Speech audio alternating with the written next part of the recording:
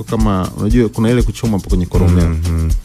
Afu kuna ile kuslay, kuchinja. Sasa of course nadhani kuna taarifa zaidi ambazo tutazipata leo kutoka polisi ambazo zitakuwa zitafafanua baadhi ya mambo, lakini kwa update tu ndio hiyo. Ukitaka kufuatilia baadaye kwenye mitandao huko EATV na EA Radio unakutana nazo hizi kwa undani.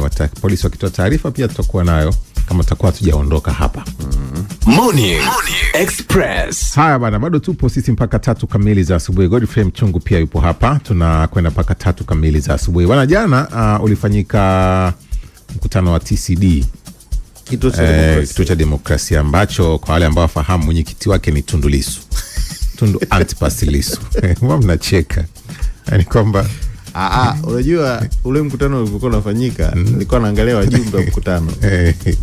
Wajumbe ni vyama vyote vya siasa. Vyote. Sasa kiwemo Chadema yenyewe, CCM, ACT, CUF wote wapo. Sasa macho makubwa bwana alikuwa pale kwa makamu mwenyekiti wa chama tawala, alikuwa akisikiza maelekezo mwenyekiti kwa mwenyekiti wa kituo cha demokrasia. Kile kituo kina tabia sio tabia, ni utaratibu wa kurotate madaraka.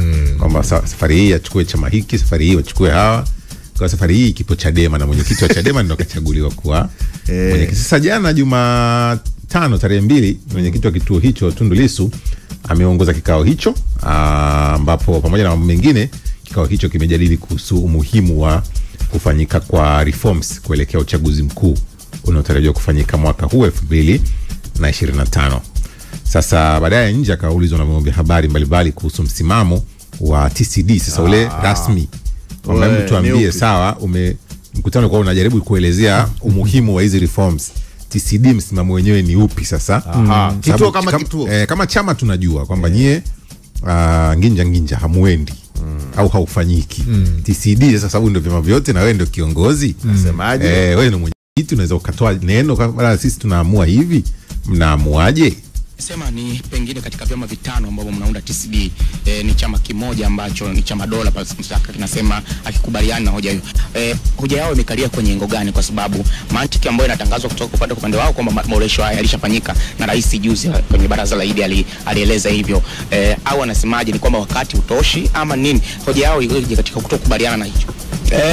Hoja ina range kutoka muda hautoshi, na hii hoja ya muda hautoshi mimi nimeanza kuisikia mwaka 92 tulipoingia kwenye mfumo wa vyama vingi vya siasa.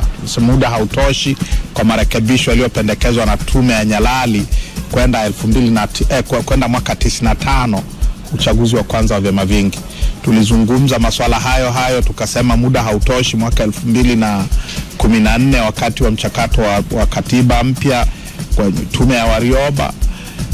Tumeanza haya ambayo tunazungumza leo, tunasemana tunaambizana muda hautoshi, yalizungumzwa na kikosi kazi cha rais toka 2021, yamezungumzwa na katika mazungumzo kati ya rais na watu wa CCM na Chadema 2022 2023. Kwa hiyo lugha ya muda hautoshi ni lugha ambayo ina umri wa zaidi ya miaka 33. Haitusumbui tena. Haya, mwenyekiti huyo wa TCD akizungumza na vyombo vya habari nje tu ya mkutano ule jana, sema wajumbe wa TCD wenyewe wamesema muda hautoshi. Kwa wanabishana mwenyekiti, wanamchunga muda hautoshi wa kufanya hizi reforms. Yes, ni ukitazama hicho jana kikao na ile picha ya Mheshimiwa Lissu na Mheshimiwa Wasira, kuna falsafa moja inasema picha moja inaongea maneno 1000 na video moja inaongea maneno milioni 1. Sasa ukiwaangalia walivyokuwa wanatazamana kusalimiana, alafu wote wanakuwa wanaamini katika mitazamo hiyo tofauti.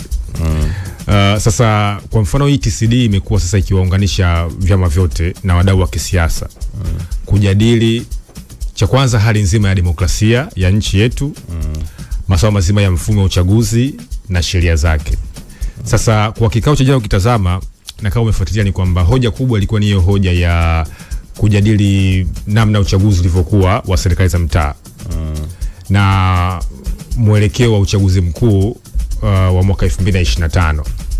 Na ukitazama Mtei ni kwamba kulikuwa kuna wadau vyama vyote ambavyo vinaunda hichi kikao. Kuna kwamba huu muunganiko. Na hivi vyama sasa kuna mambo wanakutana kama vyama, kwa kwamba muunganiko wao wa TCD, hiyo hali ya demokrasia, kwa sababu tunapozungumzia mfumo wa demokrasia hatuwezi kuzungumza wala kuacha dhana nzima ya mfumo wa vyama vingi ambayo ndio inajenga hiyo ujenzi wa demokrasia. Lakini tunapozungumzia demokrasia kama TCD ndo kazi yake maalum, hatuwezi kuzungumzia masuala mazima kwa mfano ya transparent, kwa kwamba uwazi, ndio masuala mazima ya accountability, kwa mfano ya hizi tume na taasisi. Hatuwezi kuzungumza namna gani sasa kama vyama vya siasa vinaweza vikafanya uchaguzi wa huru na haki, wanasema free and fair election. Sasa kumbuka hichi kikao wadau wote wa siasa ambao ni vyama wamehudhuria, lakini ndani ya hiki kikao kuna hiyo mitazamo na minyukano tofauti. Sawa? Yani kwa mfano ukiangalia Chadema wao hiyo wanasema hakuna mabadiliko, hakuna uchaguzi. Sawa? Au ACT Wazalendo nao wamekuja na hiyo slogan yao mpya, Operation Linda Demokrasia. CCM wanasema utu na kazi, si ndio? Na vingine vingine vingi wamesema vitashiriki. Sasa hii TCD sasa ndio inafanyia platform. Nilisema jana hapa kwamba vyama vya siasa, unajua ili uweze kufanya siasa lazima uweze kuzungumza. Kama uweze kuzungumza hauwezi kufanya siasa na uwezi kuwa mwanasiasa. Yani siasa inahitaji ni mchezo wa mazungumzo. Sawa? Kwamba mkae, mkutane, mjadili. Of course ni kwamba kuna kama vyama nyewe kuna mahali ambapo mnakuwa mnatofautiana. Ndio? Katika kutazama yale mambo. Lakini siasa inahitaji wadau wa siasa muweze kuzungumza. Sasa kuna mifumo ya kidemokrasia, wadau wa siasa wakubwa ni vyama vya siasa, kwa sababu wao kwa sheria zetu hauwezi kuwa kiongozi kwa mfano wa nafasi ya urais, ubunge au diwani, unahitaji kuwa mwamvuli wa chama. Sisi huko hatuna private candidate. Sawa? Yani unahitaji uwe Chadema, uwe CCM, uwe CUF, uwe ACT Wazalendo, uweze kupata platform mwamvuli wa chama. Kwa nchi ambazo zimestarabika na zimeendelea, Mtei kama unaweza kugombania kwa hiyo fursa ya mgombea binafsi. Sawa, nenda kwa Marekani kwa mfano, nenda kwa Ujerumani, wana hizo fursa. Sasa kwa sababu hawa TCD wadau wao wakubwa ni vyama vya siasa, ambao vyama vimekuwa vina milengo tofauti kuelekea uchaguzi mkuu. Sasa wanapokutana kama vyama, cha kwanza inapunguza tension na mivutano, kwa sababu mwanzo kumbuka Lissu alisema kwamba hawana muda kuzungumza na makamu mwenyekiti. Si ndio? Lakini makamu mwenyekiti akasema waje tuzungumze. Sawa, tukae tuzungumze. Of course ni kwamba kulikuwa kuna maridhiano huko nyuma kati ya Chadema na CCM. Si ndio? Kikosi kazi walikuwa wanafanya maridhiano, lakini kuelekea uchaguzi mkuu kumbuka chama kikuu cha upinzani wana hiyo hoja kwamba hawawezi kushiriki. Sasa TCD kukutana kama hivi, na tunaziona picha kama nilivyosema mwanzo kwamba picha moja inazungumza maneno 1000, video moja inazungumza maneno milioni 1. Wanapokutana ni wakati sasa wa pale makamu mwenyekiti Mheshimiwa Wasira atatoa hizo hoja zake, kwani tushiriki katika uchaguzi. Amezungumza hapo hoja kwamba hatuna muda. Sawa, ni kweli muda hatuna, kwa sababu bunge linavunjwa mwezi wa 6, mwezi wa 7. Si ndio? Na ili uweze kupitisha reform ambazo wanazitaji Chadema, inahitaji vile vile hizo sheria zipelekwe hapo bungeni. Sawa, ili kupata mchakato. Maana yake option pekee ya kutekeleza ambacho wanataka Chadema ni kuahirisha uchaguzi. Sasa hoja msingi ambao ukisikiza hoja ambao wanasema kwamba hatuna muda. Sawa, hatuna muda kwa sababu yani time frame ambayo imebaki ya kuvunja bunge. Sawa, time frame ambayo imebaki ya tume kuandaa mchakato wa uchaguzi. Sawa, hilo zoezi kwa mfumo la uandikishaji, umeona, na kuelekea uchaguzi mkuu, ndio hoja kwamba hatuna muda. Sasa hawa kumbuka wanasema hatuna muda, hawa wanasema kwamba tuna uwezo wa kusogeza mbele uchaguzi. Sawa, sasa kuna historia yetu, kwa mfano tuna hiyo historia ya kusogeza mbele uchaguzi. Utazama tangia tumerudi kwenye mfumo wa vingi mwaka 95. Umeona historia kwa mfano inakuwa haipo. Sasa mnapofanya siasa vile vile kuna dhana inaitwa tunasema collective bargaining, yani lazima muweze kukubaliana. Sawa, hata kama mnatofana kifikra, kwa maana kwamba sasa tunaingia kwenye uchaguzi, mnatuhakikishia sawa hayo mazingira yatakuwepo, kwa sababu kumbuka hatuna muda. Lakini je, hiyo mifumo inatuhakikishia sawa, ndio hoja hiyo ya Chadema. Kwa unaweza kusema kwamba kwa wao kukutana kama wadau wa vyama vya siasa ni hatua nzuri sana, lakini vile vile kwa sababu ya hizo taratibu zao, utamaduni, unahitaji mwenyekiti ambaye ni mwenyekiti wa tume ya TCD kuweza kukutana na wenzake. Kwa sasa hoja ya watu kuzungumza kwenye siasa huwa haiepukiki. Hata kama kuna watu ambao wewe au unatofautiana nao au amuone katika kile ambacho unaona sawa.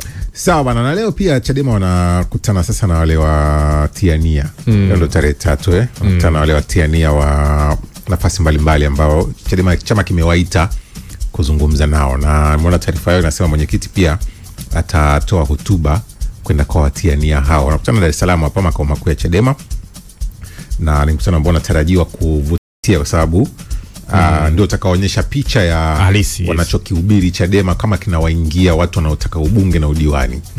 Unaweza kuwa na ubiri afu kumbe wanaosikiliza wanataka kuja kukosoa.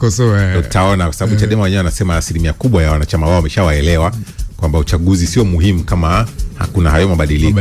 Sasa wagombea ndio tuwaone sura zao kwamba na wenyewe wamekubali au na wenyewe walikuwa wanatamani kushiriki uchaguzi. Tutaiona kwenye eneo hilo, si ndio ndugu zangu? Sawa. Morning Express. Haya bana, sitimishe na hii ya mwisho ambayo ni kutoka kule Zambia, Lusaka, ambapo rais wa Zambia Hakainde Hichilema amewaonya mawaziri wake dhidi ya utovu wa nidhamu, akisema baadhi yao wanatoa siri za serikali wakati wamelewa. Mimi nakwambia, sikiliza, jana nimesaini mkataba huo, tunakwenda una 10%, unapata 10%. rais mwenyewe kachukua 5%. Wewe binafsi. Kwa rais anasema bwana, mawaziri wake wengi baadhi wanatoa sana siri za serikali yake wakiwa wako njui. Juzi kati aliopiga biti mawaziri walikuwa wanasinzia sana. Anasema kutaka kwenye vikao bwana wanapiga sana usingizi. Sasa Mheshimiwa Hichilema amesema pia wanasinzia wakati wa mkutano ukiendelea. Hichilema ameanza kuiona joto ya jiwe ya utawala. Unajua ni kati ya watu ambao waliingia kwa nguvu sana punguza mishahara katika magari yale, punguza matumizi, wananchi wakampenda, kwenye mafuriko wanakwenda na nini. Sasa ameanza kuona, unajua kati ya jambo